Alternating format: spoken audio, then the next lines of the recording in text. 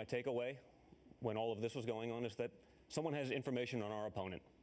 You know, things are going a million miles an hour. You know what it's like to be on a campaign. We just won Indiana, but we're talking about a contested convention. Things are going a million miles an hour again.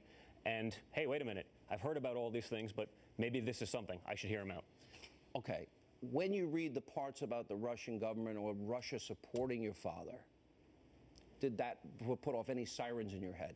Honestly, I don't know. I mean, I think this was, again, just basic information that was going to be possibly there. I didn't know these guys well enough to understand that if this talent manager from Miss Universe, you know, had this kind of, I don't even think my sirens, you know, went up or the antennas went up at this time because of it, because it wasn't the issue that it's been made out to be over the last, you know, 9 months. At any point were you told, either in a phone conversation or otherwise, what they might tell you, what Goldstone seemed to be implying you would receive? No, as I recall, it was all basically this email coordination. Let's try to set up a meeting and see what happens, and that it was going to be interesting information. And, you know, in the end, it wasn't about taken back by her saying, you know, talking about me pressing for the information. But as you can see from the emails, the pretext of the meeting was, hey, we have information.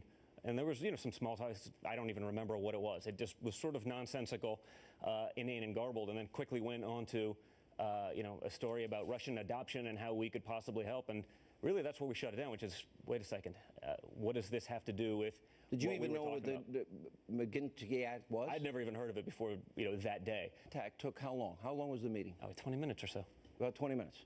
And Jared left after 5 or 10? Yes. Like she said, and Paul Manafort was on his phone the whole time? Pretty much.